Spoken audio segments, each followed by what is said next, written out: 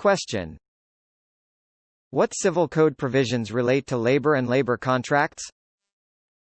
Answer: Article 1700. The relations between capital and labor are not merely contractual. They are so impressed with public interest that labor contracts must yield to the common good.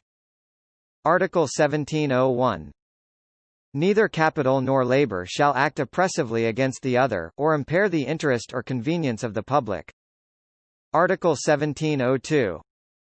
In case of doubt, all labor legislation and all labor contracts shall be construed in favor of the safety and decent living for the laborer. Article 1703. No contract which practically amounts to involuntary servitude, under any guise whatsoever, shall be valid.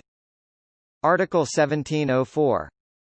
In collective bargaining, the labor union or members of the board or committee signing the contract shall be liable for non-fulfillment thereof. Article 1705.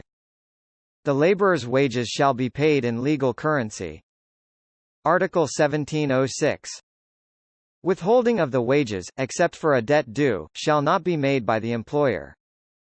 Article 1707.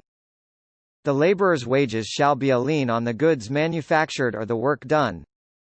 Article 1708.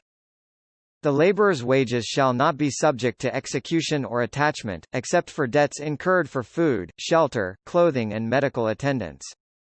Article 1709. The employer shall neither seize nor retain any tool or other articles belonging to the laborer. Article 1710.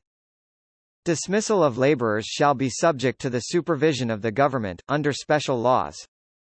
Article 1711. Owners of enterprises and other employers are obliged to pay compensation to laborers, workmen, mechanics or other employees in the following cases: for the death of or injuries that arose out of or in the course of employment, whether accidentally or entirely due to a fortuitous cause; for any illness or disease caused by such employment or as the result of the nature of the employment. If the mishap was due to the employee's own notorious negligence, or voluntary act, or drunkenness, the employer shall not be liable for compensation. When the employee's lack of due care contributed to his death or injury, the compensation shall be equitably reduced. Article 1712. If the death or injury is due to the negligence of a fellow worker, the latter and the employer shall be solidarily liable for compensation. If a fellow worker's intentional or malicious act is the only cause of the death or injury, the employer shall not be answerable, unless